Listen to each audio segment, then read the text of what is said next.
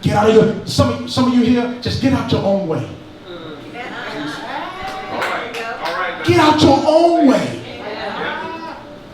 Some of you just say, step aside, Holy Spirit, come. Some of you just got to get out your own way. It hurts. I don't want to let it go. That's the very, Jesus said, cast all your cares upon me because I care for you. Yeah. God never called you to be burdened and broke down and feeling lack. Your God is full of abundance, wholeness, restoration. This movement, this moment, this service is called transformation and restoration. God wants to restore. Yes. But the only way you're going to have transformation is by Romans 12:2, by the renewing of your mind. Yes. It's when you get the word of God and you see Jesus as your reality. See, another word for reality, another word for truth is reality. Jesus is my reality.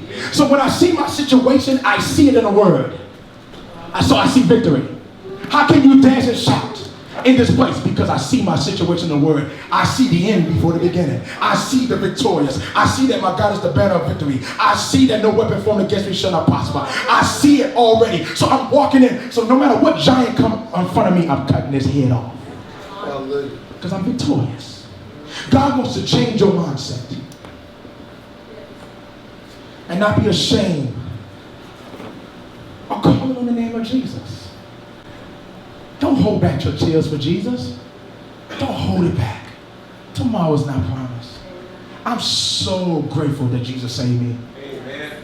I mean, I can't speak for anybody else. I was on the road to death, dead. Many a times I should have been out of here. Some of you can feel the same way. Many a times. But God saved me. And God healed me. God delivered me. I had personal encounters with Jesus. You need to have personal encounters with Jesus. Jesus, I want personal encounters. Thank you, brother. Personal encounters with Jesus. When you know he's real for you, nobody can take it. Not your co-worker, not the babysitter, not your friends at school, not your supervisor. No one can take that Jesus is real to you. You've seen God do some things in your life. He healed your body. He delivered you, pulled you out of pit. Your mind was all broken. You was all broken and confused. And now you have a peace of mind. And you only give the credit to Jesus because you know without Jesus, you would have committed suicide. Without Jesus, you would have been in jail. Without Jesus, you would have died in that broken relationship, that abusive relationship, if you did not have Jesus. And so, we just like Israel, we quickly forget what God has done for us. Soon God delivered you, and you shout. The next day, you quickly forget it. The only way we live this thing is our minds completely on the cross daily. It's not just an April thing. The resurrection of Jesus Christ and he died on the cross should be preached daily. You should be repentant daily. There's times I don't feel like I've done nothing wrong. I drive to the cross and say, God, forgive me. Because I don't know. Amen. Repentance need to be daily. A change of mind daily. Looking at the cross daily. The blood coming out of his hand and you've been thinking about it daily. The blood that came from his stripes, thinking about that daily. That salvation, that your name is written in the Lamb Book of Life daily. You should daily have a mind on Jesus and what he has done for you. And you can walk this walk. And you can talk the talk, but you can walk this walk. Jesus wants to use you. Amen. He wants to use you for his glory. Hallelujah. Hallelujah. Hey, Paul, you mind? I'll tell your testimony. Can I tell your testimony? This man that y'all see right here, I want y'all to go look at him. This man about 3 years ago was in his pickup truck picking up a grill. We was outside, we was worshiping, we were praising, spending time with God, having a good time. And he was outside picking up his grill. And when he picked up his grill, this pain hit him in the chest. And he collapsed. And I hear a scream. I hear the family go off. I hear a scream. So I look and I see that he's laying on the bed of his truck. So I run over and I see him with his hand on his chest, wiggling. Agony and pain. Pain I never saw a person really go through. It's other than watching a movie, but I saw this was real life. And I see him with this such pain. And after seeing him with the pain, the only thing I knew what to do was to pray. Pray in the Spirit. Pray in the Holy Ghost. We'll talk about that later. Hallelujah. But after before I laid hands on him, the wiggling stopped. The breathing stopped. There was no response for him for over 3 minutes. No longer breathing. I knew what was happening. And I'm not going to sit here like I said, I know exactly what to do. I just laid my hands and said, and I was just released. And about a minute of that, I see him go like this. Now I say this openly because half of my family don't believe it. And the other half of my family do. But God raised this man from the dead. And I don't care what no one else say. He knows it. He knows it. Shame be God. He went to the hospital, and the only thing the doctors could say, that he pulled a muscle. That was his diagnosis. The ambulance came up to him, and when he woke up very slow, was still weak. And I knew that God put breath back in his body. Yes. The ambulance came to me, and they said, what happened? And well, that's my chance to tell him what Jesus did. Guess I'm going to look like cuckoo for Cocoa Puffs now. All right. And I told that EMT, I said, Jesus raised him. I told him what happened. He said, okay. All right. And it looked like they went to the corner and started talking about it. He said, that crazy man. But believe me, a seed was planted right at that very moment. That's right. Amen. And I love my dear cousin. God saved him and raised him from the dead because he has something great for his life. In spite of what anybody may think. And I'm saying it openly. When God do that, he's doing something. He's showing the manifested love. That's love. That's love. Hallelujah. And I want to say this, no matter what situation you may find yourself, no matter how dead, no matter how low, no matter how low the pit is, God's arm is not too short to pull you up. And no matter what you've been holding deep inside, there's somebody who will listen to you and won't tell your business, brother. Ah, shit. Because my brother here, I don't know this man, I don't know you. But many people talk about this man in the wrong way. And God is telling you, don't worry about it. God, hallelujah. Amen. God is able. See, the words of man, one yes from God, no matter, you can have a million no's, they all fall to the ground. When man say you cannot do, Jesus say you can with my spirit and by my blood and what my son has done for you. Now go out and do it.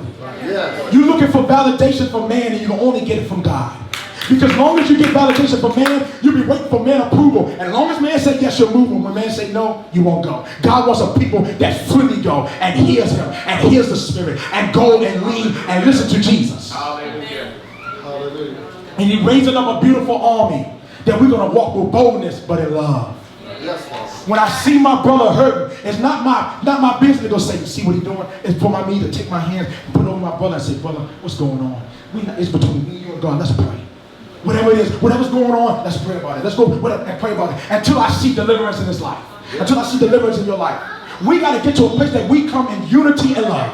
Don't you know how great and how powerful we are when we come together? We were just Thursday in a restaurant and the lady got completely healed. But it wasn't because of my prayer or Chris' prayer. It's when we came, I noticed something. We all put our hands. And we all was believing for a move of God. And what God is waiting for, a unity of love, where people come together and say, I love you, brother, I love Jesus. And the way I know I love Jesus is the way I show love to my brother. How would they know that I love God? It's the way I show my love to my brother. To a place that we all cry out for revival. We all say God is holy. We all say Jesus is the Lamb of God. We all know he's the righteousness and salvation. We get to a place we come together and say Jesus. We come together no matter what situation. We bind and we beat strongholds together. We bind and we lay hands together. We cast out demons together because we are the righteousness of God. Amen. Hallelujah. So before I end this, hallelujah. Before we talk about kingdom and transformation, you have to know your identity. That's right. And there's been a lot of stolen identity, even in the natural. People steal your credit cards and pretend to be you and take things.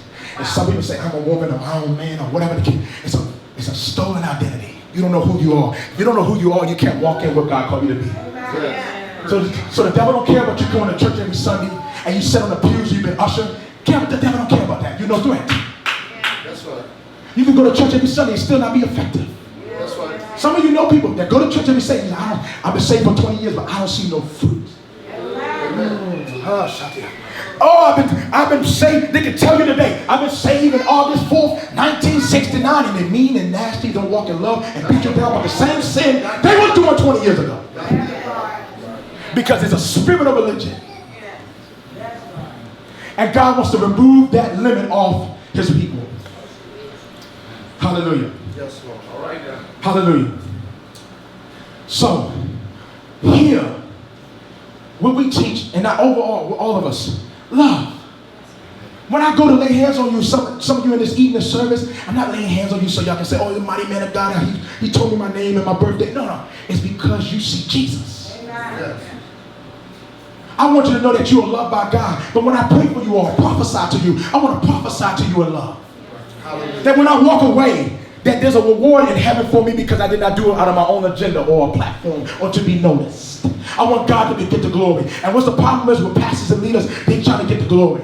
That's why you don't see people getting healed in church. And that's why when they say, well, God still healed, no, don't tell me about that.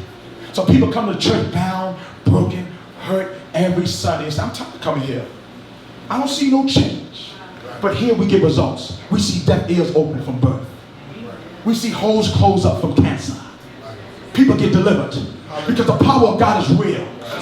And people need to see the power of God. People tired of coming to church and we got a smoke screen and a loud organ and flashing and little sprinkles in the air. They want to see the glory. They want to see somebody get on a wheelchair. They want to see a lady that came in the cave and she can't walk and she had a stroke on the left side. But by the time she got on service, she run better than everybody in the church. They want to see the glory. They want to see the move of God to the point to say, I want to come to the house of God. I want to lift my hands to the God I serve. He's almighty. Hallelujah. Glory. So what happens is we try to substitute the Holy Spirit. We try to substitute a move of God by putting a whole lot of little teeny things in that don't really help people. Cause people to be more bound. Tell people you can stay in the same situation. I don't care if you came here and you smoke cigarettes. I don't care if you came in here and you watch pornography. God is able to deliver you today. I'm being honest with you. I mean today. I don't care what kind of hurt affliction. God is able to deliver you today. You got to get to a place and say, Jesus, I believe you're going to deliver me. I come and I want to be free. I don't care. Listen, I got to a place that I don't care who sees me or who's looking. I just want to be free.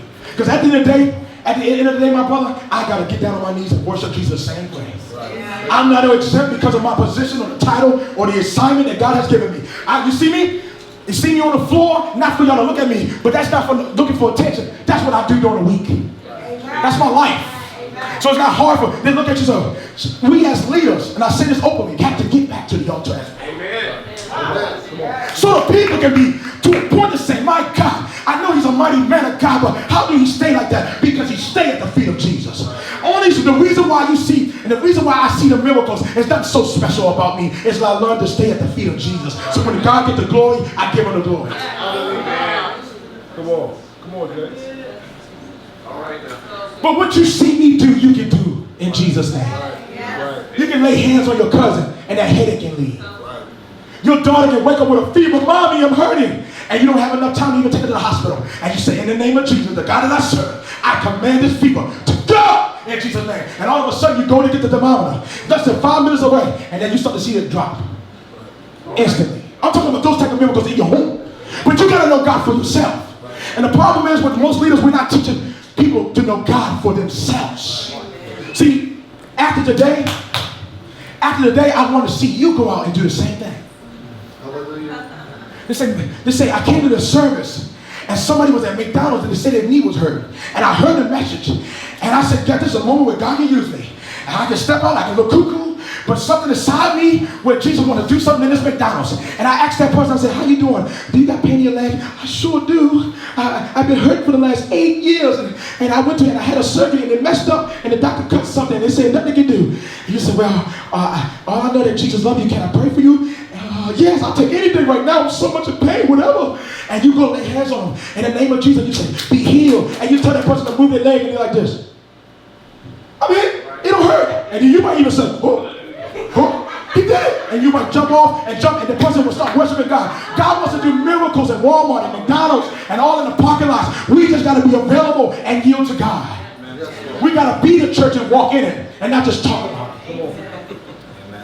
Talking is over. People tired of talking. They want action now. They want action. They want to see a move of God. And God ready. We say, God, we waiting on God. God said, I always been prepared. I'm the beginning and the end. I'm the Alpha and Omega. I knew. We say we waiting on God, but the reality is God is waiting on us to say, God, I do. And I'm going to say this before I go, this last minute. When God called me to go to Facebook, where some people would think that's not a real ministry. Well, and God don't move in social media. I know that in that room, God told me to go to YouTube and go to Facebook and all that. And it was on me. Then I got a word. It was confirmation. I said, okay, God. My mindset, y'all, I was going to go and pray for people. Prayer of encouragement. Be blessed. Be healed. You know, prayer of encouragement. People going through pressure in their life. I was going to pray for them for a prayer comfort. But I remember coming to this church and I saw all the miracles and the healing. I was seeing healing, and I used to pray for people, and then the headaches would go, but I didn't see much miracles. But when I get on Facebook, when God called me, I was just praying just for comfort. But I said, listen, they're asking God to remove the pain. I believe God can remove the pain. So I started praying for people. And they were saying, I got stage 4 cancer, I got leukemia. And I would pray in Jesus' name. And I believe when I was declaring, I would tell it to go, and I would get testimonies in my inbox saying, you pray for me. And the cancer is gone. Every cancer cell is gone. I'm cancer free. And then it started to blow my mind. I'm like, oh. Then I said, okay, I got to get God the glory. This is different. Then this one lady came on and said, can you pray for my mom? My mom got breast cancer and it's terminal. Her mother was not even on the broadcast. I never even prayed for the mother. The daughter stood in the gap for the mother. We prayed 2 months later, she went back to the doctor, cancer free. This is something God started letting me know that his power is no limits to it. His power can touch you in Jamaica. You can be right in America and you can pray and somebody in Jamaica feel the power of God to get healed in them.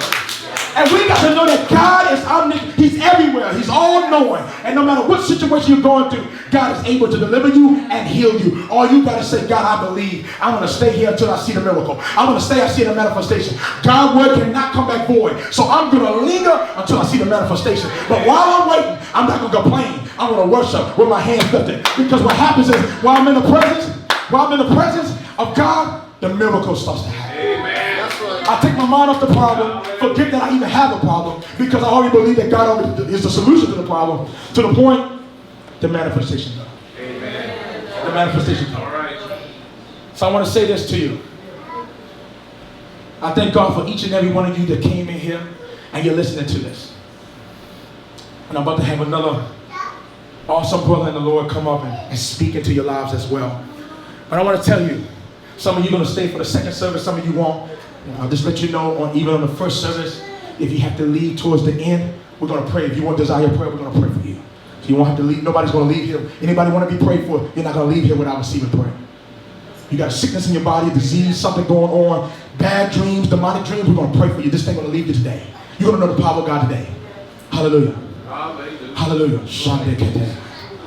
So I love you all, and I thank God for you all. And God strategically have each and every person here for a reason. Yes. And you're not here just to sit on the pews, but God wants to use you. But it's time to get your mind renewed by the word of God and know what God says about you. So you can go out and be that. You can go out there and do what God called you to do. And all the shame, the limits, the guilt, the pain will leave you. And you can walk free. And I'm talking about joy every day, peace every day. And your joy is not based on circumstances. It's in Jesus Christ alone. So they wonder how this smile that I have, this joy that I have, it's not like I don't go through things. My God, if I told you half of the things I'm going through, you say, really? You going through that? And you still preaching? You going to? No. My joy is in Jesus alone. It's something about when I start to call on the name of Jesus, the problems just start to fade away. Something just starts to move, and I lift my hands, and something starts to shift. I realize that I don't have a problem. It's an opportunity that God to reveal His glory by His love in my situation. That's it. Hallelujah. Well, I love you. God bless you. And we'll have somebody, my brother Moses, come up and release a word in your life. I love this brother.